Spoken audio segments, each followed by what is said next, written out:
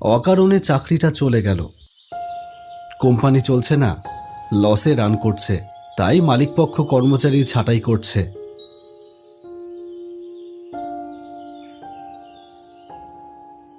মাথার ওপর সংসারের চাপ, বাড়িতে তো রোজগেরে বলতে আমি একা। আমার উপরেই নির্ভর করে 4টে পেট চলে। এবার কি হবে কে জানে। চাকরিটা হারিয়েছি শুনে মাথায় আকাশ ভেঙে পড়েছিল। অফিস থেকে বেরিয়ে কিছুক্ষণ শেষবারের মতন দেখে নিয়েছিলাম অফিসটাকে। জীবনের 12টা বছর এই অফিসকে দিয়েছি। কোম্পানির শুরু থেকে এই পর্যন্ত উঠে আসা সবটাই হয়েছে আমার চোখের সামনে। কেমন একটা টান তৈরি হয়ে গিয়েছিল। 12টা বছর তো নেহাত কম সময় না। তাই যখন শুনলাম কাল থেকে এই অফিসটা আর আমার নয়, তখন স্তম্ভিত হয়ে গিয়েছিলাম। অফিস ছুটি হয় সন্ধ্যা 7টায়, বাড়ি ফিরতে ফিরতে 7:30 বাজে। বিকেলের দিকে এই মাঠের ধারে এসে বসেছি অনেকক্ষণ। কি করব? বাড়িতে তো জানাতে পারবো না চাকরি যাওয়ার কথা। এমনিতেই বাবার হার্টের অসুখ, চাকরি যাওয়ার খবর যদি শোনে তাহলে কি হবে কে জানে। একটু পরেই রাত নেমে আসবে। সেই রাত কেটে কি আবার নতুন এক ভোর আসবে পৃথিবীতে। কিন্তু আমার জীবনে যে অন্তবিহীন রাত্রি নেমে এলো, জানি না সেই রাতের অন্ধকার কেটে গিয়ে কবে আবার আলোর দেখা পাবো। ওই একটা কাজ ছাড়া আর তো কিছুই জানি না। কিন্তু এভাবে হাল ছেড়ে দিলেই বা কি করে হবে? আমাকে তো বাঁচতে হবে, আমার পরিবারটাকেও তো বাঁচাতে হবে। না না না, ভেঙে পড়লে চলবে না। যেভাবেই হোক আমাকে আমাকে নতুন কোনো কাজ জোটাতেই হবে। হাঁটতে হাঁটতে বাস স্টপের দিকে যাচ্ছি, এমন সময় হঠাৎ দেওয়ালের গায়ে একটা পোস্টারের দিকে চোখ পড়ল। সাদা কাগজের ওপর শুধু একটা মাত্র কথা লেখা, সহকারী চাই। তার নিচে একটা ফোন নাম্বার দেওয়া। কাজের জন্য বিজ্ঞাপন অনেক দেখেছি, কিন্তু সংক্ষিপ্ত বিজ্ঞাপন আগে কখনো দেখিনি এইরকম। বেশ ইন্টারেস্টিং লাগলো আমার কাছে বিষয়টা। মোবাইল ফোনটা বার করে ঝটপট নাম্বারটার একটা ছবি তুলে নিলাম, সাথে সাথে ডায়ালও করলাম। কিন্তু রিং হয়ে হয়ে ফোনটা কেটে গেল। আরেকবার করে দেখি বরং। কোনো লাভ হলো না। এইবারেও ফোনটা রিং হয়ে হয়ে কেটে গেল, রিসিভ করলো না কেউ।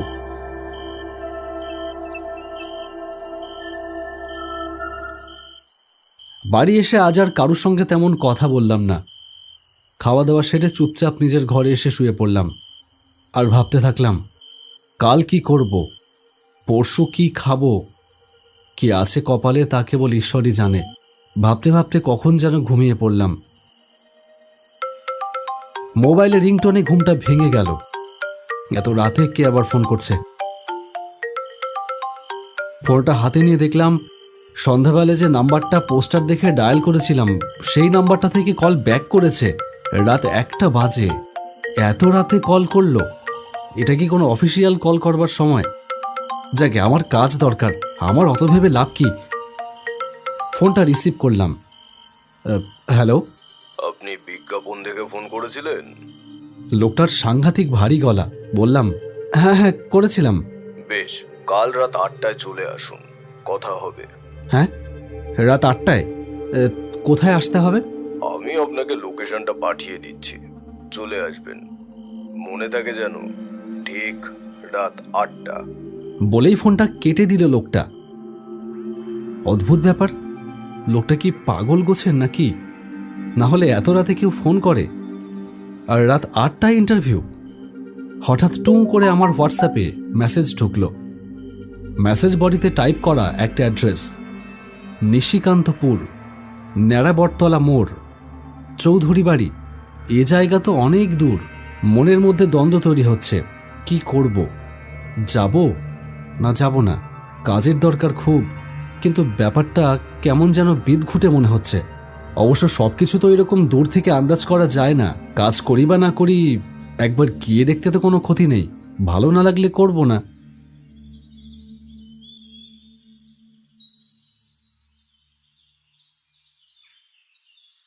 পরদিন সারা বেলা এদিকে ওদিকে ঘুরে কাটালাম।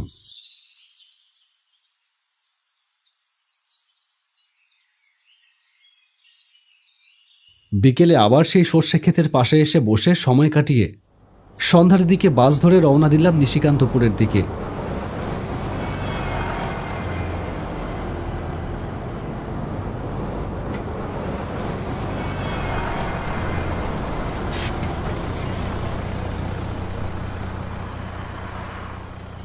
নিশিকান্তপুরে নামতে নামতে রাত 7:30 বেজে গেল। এখান থেকে টোটো ধরে যেতে হবে ন্যাড়াবটতলায় চৌধুরী বাড়ি। ভাবতে না ভাবতেই দেখলাম সামনে রাস্তা ধরে একটা টোটো এই দিকেই এগিয়ে আসছে। আমার কাছে এসে টোটোওয়ালা দাঁড়িয়ে গেল, তারপর বলল, কোথায় যাবেন?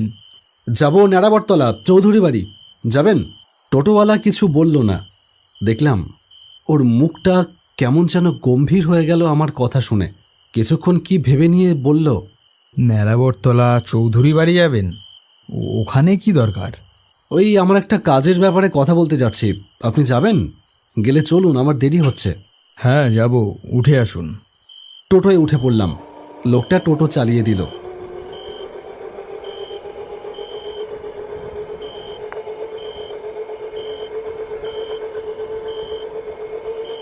বেশ কিছুক্ষণ টোটো চলবার পরে টোটোওয়ালা একটা বিস্তীর্ণ বাড়ির সামনে টোটোটা দাঁড় করিয়ে দিয়ে বলল, এই হচ্ছে চৌধুরী বাড়ি, নামুন। আমি টোটো থেকে নেমে ভাড়া মিটিয়ে দিতেই টোটোওয়ালা বলল, দেখুন কি দরকারে আপনি এই বাড়িতে যাচ্ছেন আমি জানি না, তবে একটু সাবধান, চোখ কান খোলা রাখবেন। আর কিচ্ছু না বলে সে টোটো টেনে বেরিয়ে গেল। জায়গাটা জঙ্গলে ঘেরা। একটা উঁচু জমির ওপরে একটা পুরনো আমলের প্রকাণ্ড বাড়ি। দেখেই বোঝা যায় এই বাড়ি এককালে আভিজাত্যে ঝলমল করত। এখন সময়ের সাথে সাথে নিজের যৌন সারিয়ে কোনো রকমে টিকে রয়েছে।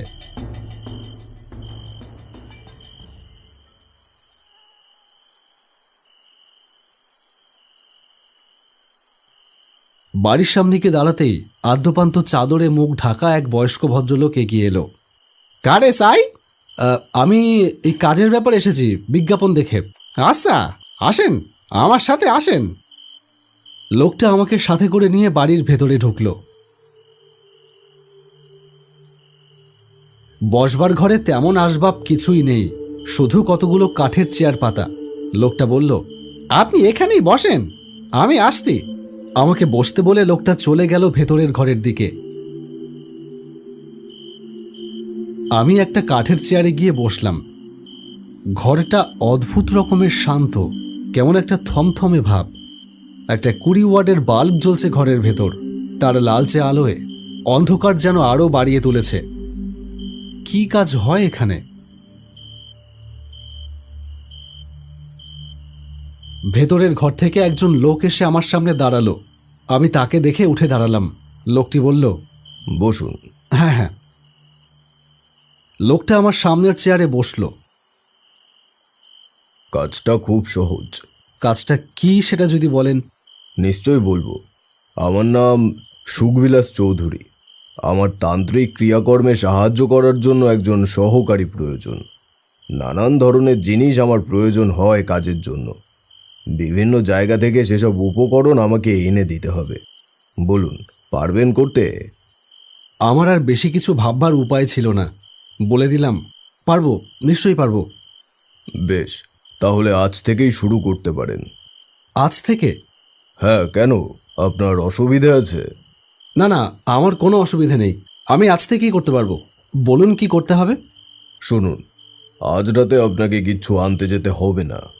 শুধু একটা জায়গায় যেতে হবে, একটা জিনিস দেখবার জন্য, আর একটা ছোট্ট কাজ করবার জন্য। হ্যাঁ বলুন, কোথায় যেতে হবে আর আর কি করতে হবে। লোকটা তার পরনের কালো কাপড়ের ভেতর থেকে একটা ছবি বার করলো। তারপর সেটা আমার দিকে এগিয়ে দিয়ে বলল, এই ছেলেটার বাড়ি তোমাকে আজ রাতে একবার যেতে হবে। ছবিটা হাতে নিয়ে দেখলাম আমার বয়সী একটা ছেলের ছবি। কোথায় এর বাড়ি? বেশি দূরে নয়, এই পাশের পাড়াতেই। এর বাড়িতে গিয়ে তোমাকে একটা ছোট্ট কাজ করতে হবে। একটু বসো, আমি এক্ষুনি আসছি। যাবো আর আসবো। লোকটা পাশের ঘরে চলে গেল। করছি তা যেন আমার নিজের কাছেই পরিষ্কার হচ্ছে না। আর একটু খুঁজলে কি ভালো কোনো কাজ পেতাম না? কেন যে রাজি হয়ে গেলাম কে জানে। আর তাছাড়া বাড়িতেও কিছু বলে আসিনি। এ লোকটা কত টাকা দেবে সেই ব্যাপারেও তো কোনো কথা হলো না। কয়েক মিনিটের মধ্যেই লোকটা ফিরে এলো। আমার দিকে একটা পুতুল এগিয়ে দিয়ে বলল, এটা নিন। আমি পুতুলটা হাতে নিয়ে বললাম, কি এটা? সে আপনার জানবার দরকার নেই। এই পুতুলটা নিয়ে এক্ষুনি চলে যান এই ছেলেটার বাড়ি। বাড়ির দক্ষিণ পশ্চিম কোণে কিছু শুকনো বিচুলি দিয়ে এই পুতুলটা ঢেকে রেখে অন্ধকারে দাঁড়িয়ে থাকবেন কিছুক্ষণ। আর সেই সাথে এই কাঁটাটা রাখুন। এই কাঁটাটা ওই পুতুলটার বুকের ওপর রেখে দেবেন। ওই বাড়ির পেছনে একটা জানলা আছে, সেই জানলার ফাঁক দিয়ে উঁকি মেরে আপনাকে ঘরের ভেতর লক্ষ্য রাখতে হবে। দেখবেন ওই ছেলেটা খাটে শুয়ে আছে। ঠিক রাত 10টা নাগাদ একটা ঘটনা ঘটবে, সেই ঘটনার দিকে আপনাকে নজর রাখতে হবে। যদি ঘটনাটা ঘটে তাহলে আপনাকে কিছুই করতে হবে না। আর যদি দেখেন 10টা 15 বেজে যাওয়ার পরেও কোনো কিছুই হচ্ছে না, বিছানায় শুয়ে থাকা ছেলেটার কোনো পরিবর্তন ঘটছে না, তাহলে আপনি আমাকে ফোন করবেন, বুঝেছেন? কিন্তু এই কাজ করতে হলে কোনো প্রশ্ন করা চলবে না।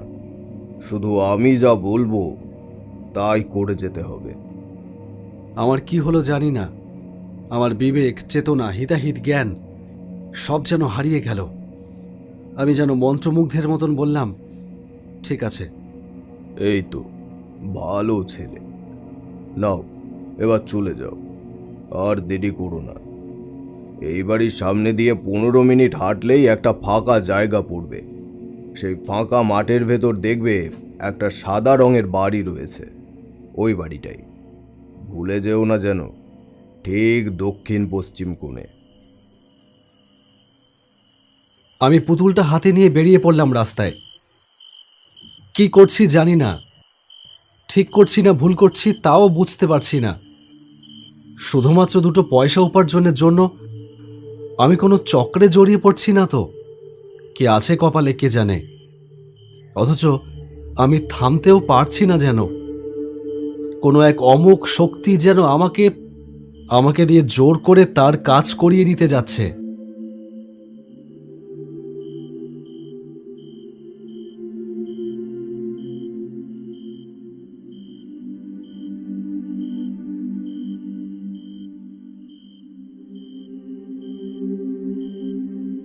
ঠিক 10 মিনিট হাঁটবার পরে সাদা রঙের একটা অপরিচ্ছন্ন বাড়ির সামনে এসে দাঁড়ালাম। ফাঁকা মাঠের ভেতরে একটা ছোট বাড়ি, আলো জ্বলছে না। আমি লোকটার কথা মতো দক্ষিণ পশ্চিম কোণে পুতুলটা রেখে তার বুকের ওপর কাঁটাটা রেখে দিলাম, আর পুতুলটা ঢেকে দিলাম কিছু শুকনো বিচুলি দিয়ে। কাঁটাটা যতদূর মনে হলো কোনো বড় মাছের কাঁটা হবে। কি করতে চাইছে লোকটা কে জানে। বাড়ির পেছন দিকটায় গেলাম। খোলা জানলা দিয়ে তাকিয়ে দেখলাম ঘরের ভেতর একটা ছোট্ট চৌকি খাট পাতা, তার উপরে শুয়ে আছে ছবিতে দেখা সেই ছেলেটা। ঘরের ভেতরে একটা মোমবাতি জ্বলছে টিমটিম করে। আমাকে বলা হয়েছে চুপ করে অপেক্ষা করতে। রাত 10টায় এখানে কোনো এক বীভৎস ঘটনা ঘটতে পারে। মোবাইলটা বার করে দেখলাম রাত 10:45। আরো কিছুক্ষণ। ছেলেটা একটা মলিন চাদর গায়ে টেনে ঘুমোচ্ছে। দেখে মনে হচ্ছে ও অসুস্থ।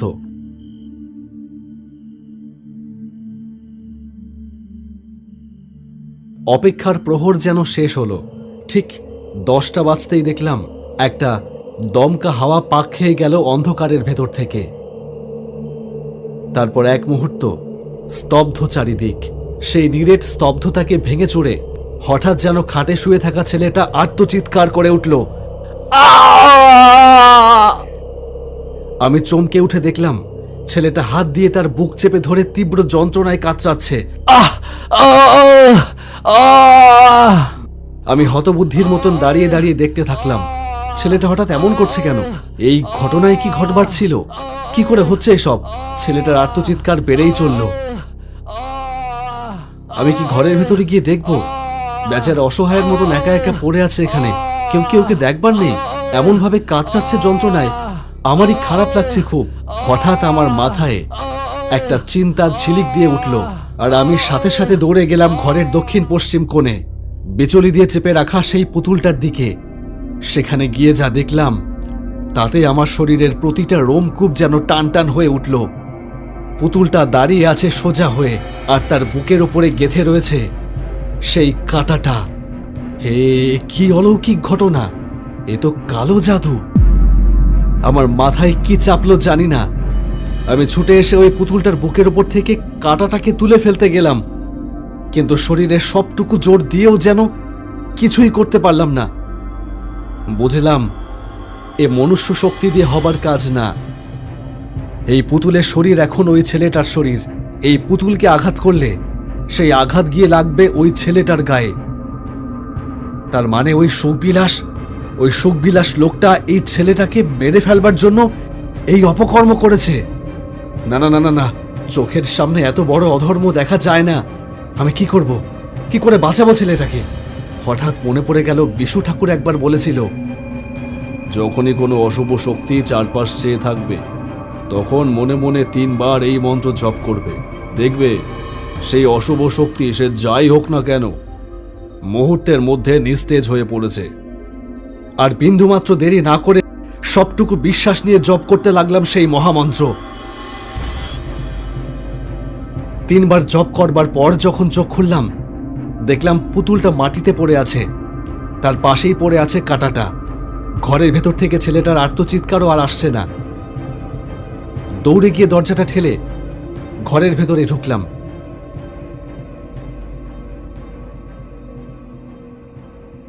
আপনি আপনি ঠিক আছেন? কে কে আপনি? আমি কে সেটা পরে জানতে পারবেন, আগে বলুন আপনি ঠিক আছেন কিনা। আমি ঠিক হব আর ওপরে গিয়ে। তবে একটু আগে হঠাৎ যেন বুকের ভেতরে কে ছুরি বসাচ্ছিল। আমি বুঝে গেছি এ আমার ওই জ্যাঠামশায়ের কাজ। ও আমাকে মেরেই ফেলবে। সুখবিলাসবাবু আপনার জ্যাঠামশাই? হ্যাঁ, তবে সম্পত্তির জন্য যে এত নিচে নামতে পারে, তাকে আমার জ্যাঠামশাই বলতে ঘেন্না হয়। কি ব্যাপার, আমাকে খুলে বলুন সবটা। বলবো, তার আগে আপনি বলুন আপনি কে, আর আপনি আমার জ্যাঠামশাইকে কিভাবে চিনলেন? আমি পুরো ব্যাপারটা সংক্ষিপ্ত আকারে বললাম তাকে।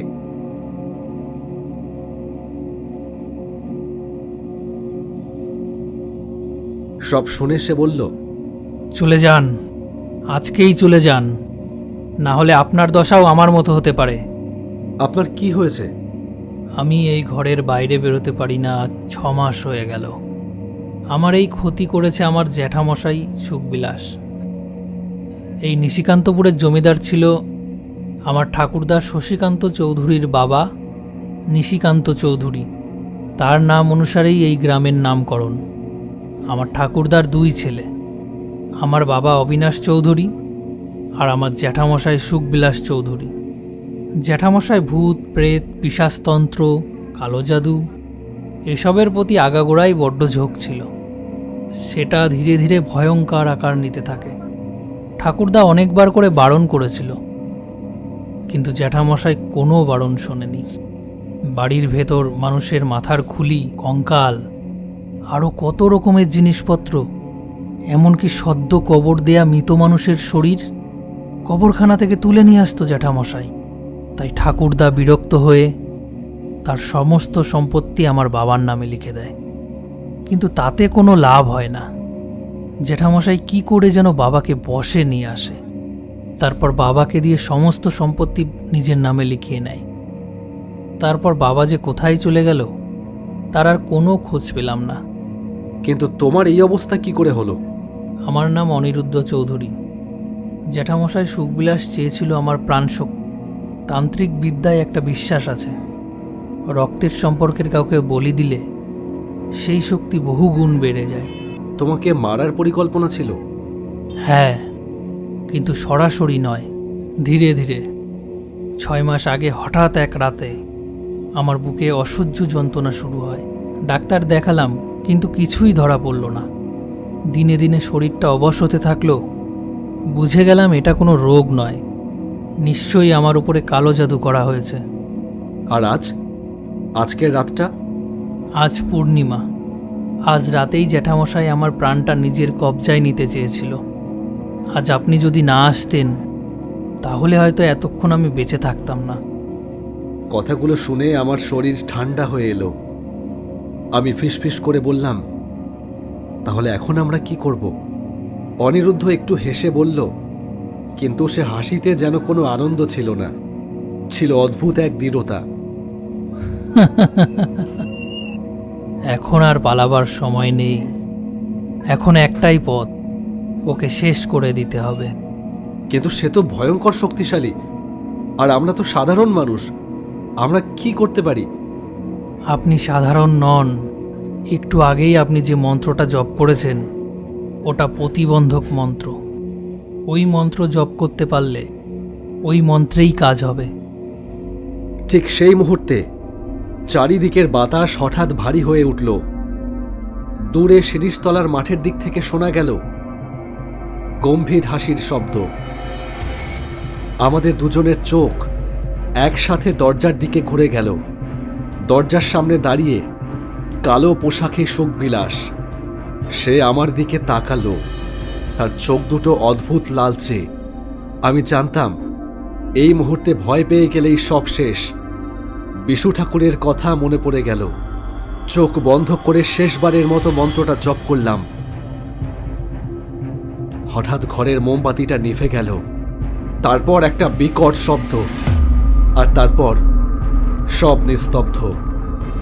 চোখ খুলে দেখলাম সুখবিলাস মাটিতে পড়ে আছে, তার শরীর নিস্তেজ, মুখে ভয়ঙ্কর বিস্ময়ের ছাপ। অনিরুদ্ধ কাঁপা কাঁপা গলায় বলল, তান্ত্রিক বিদ্যার নিয়ম একটাই, যে অন্যের প্রাণ নিতে চায় শেষমেশ তার নিজের প্রাণই সেই বিদ্যায় বলি হয়।